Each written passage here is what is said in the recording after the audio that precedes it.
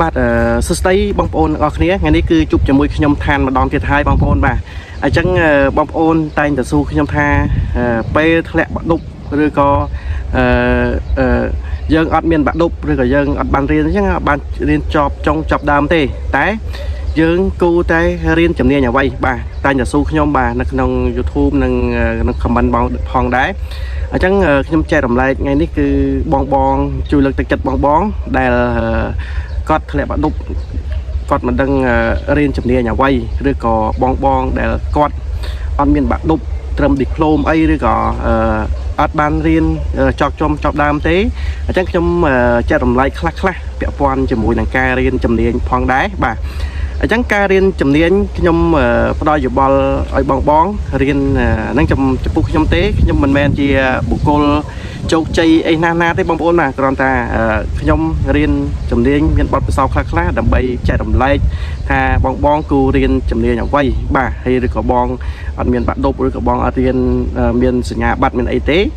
អញ្ចឹងបងអាចរៀនទី1បាទបងប្អូនទី1បងអាចរៀនអគ្គិសនីបាទអញ្ចឹងអគ្គិសនីធម្មតានៅសាលារៀនគឺគេមានបើកវគ្គបាទ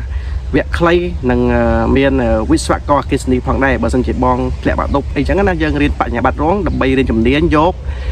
ជំនាញអគ្គិសនីបាទបងប្អូនបាទអញ្ចឹងទី1ជំនាញអគ្គិសនីបាទទី2ខ្ញុំផ្ដល់ឲ្យពីរចំណុចបាទទី1គឺជំនាញអគ្គិសនីទី2គឺម៉ាស៊ីនត្រជាក់បងប្អូនបាទអញ្ចឹងម៉ាស៊ីនត្រជាក់គឺបងប្អូនដឹងហើយម៉ាស៊ីនត្រជាក់ទូរកកអីផ្សេងហ្នឹងគឺពេញនិយមមែនទែនបាទខែក្តៅចេះគឺ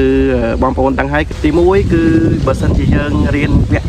ម៉ាស៊ីនត្រជាក់គឺយើងអាចរៀន6ខែទៅ4ខែអីគឺយើងចេះហើយបងប្អូនបាទ4ខែទៅ6ខែអីយើងអាចចេះខ្លះហើយពាក់ព័ន្ធជាមួយនឹងម៉ាស៊ីនត្រជាក់អញ្ចឹងសិតតាកន្លែងរកលុយបានបាទកន្លែងរកលុយបានបាទអញ្ចឹងបងដែលអត់មានបាក់ឌុបអត់មានអីទេទាំងអស់បងអាចទៅរៀនជំនាញអគ្គិសនីបាទជំនាញ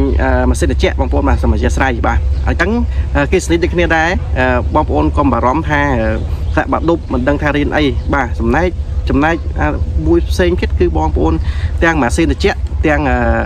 អគ្គិសនីបាទយើងរៀនអគ្គិសនីហ្នឹងយើងដោបជាមួយនឹងម៉ាស៊ីនត្រជាក់ទាំងអស់បាទអញ្ចឹងមួយណាក៏ដោយគឺបងអាចរក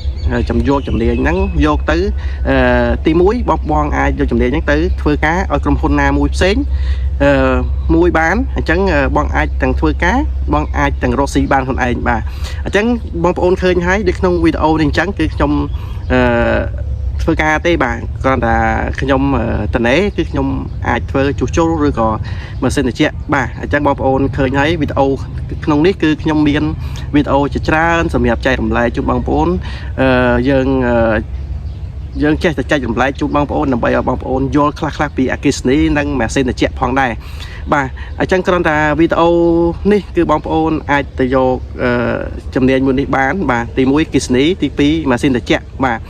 អញ្ចឹងបងដែលកុំអស់សង្ឃឹមអីបាទកុំអស់សង្ឃឹមថាយើងមិនគូអាចរៀនអ្វីទៀតបានទេបាទការរៀនគ្មានដែនទីបញ្ចប់ទេបាទអញ្ចឹងបងអាចយក